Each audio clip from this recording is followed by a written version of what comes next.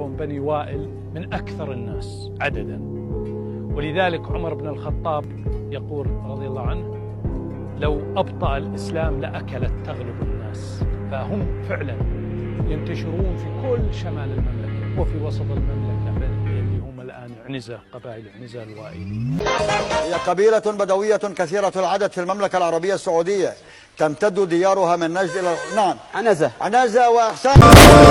يا كنترول سجل لنا ودخول حسم الدلايل والفروض فعل السعودي ما يزال. حنا يا ثارة نشوش ونجب على الحيا وحوش ومن الوطن دونه جيوش والثياب والبدال نجرح طناخة من صبر ومهمنا درب الخطر ونشرب من الدم الحمر كل فناجل ناجل الدلال ومعاهدين للسعود ولا نفرط في العهود نعم عين الحسود من وحنا حنا فدا يا ابو فهد وفر بعزك والسعد على العهد من مين لو مال العقاب واحنا نفدى البلد بكبر ولد واصغر ولد ولا نحس بحساب احد نقف على خط القتال واللي يريد الزعزعه والله ما حنا معه بسيف الاملح نردعه لو كان من هم وخال الجيش عنوان الصمود هيباتهم هيبات اسود وحنا جميعا له جنود من الجنوب للشمال. إيران هي راس البلا شر على كل الملا من قم حتى كربلا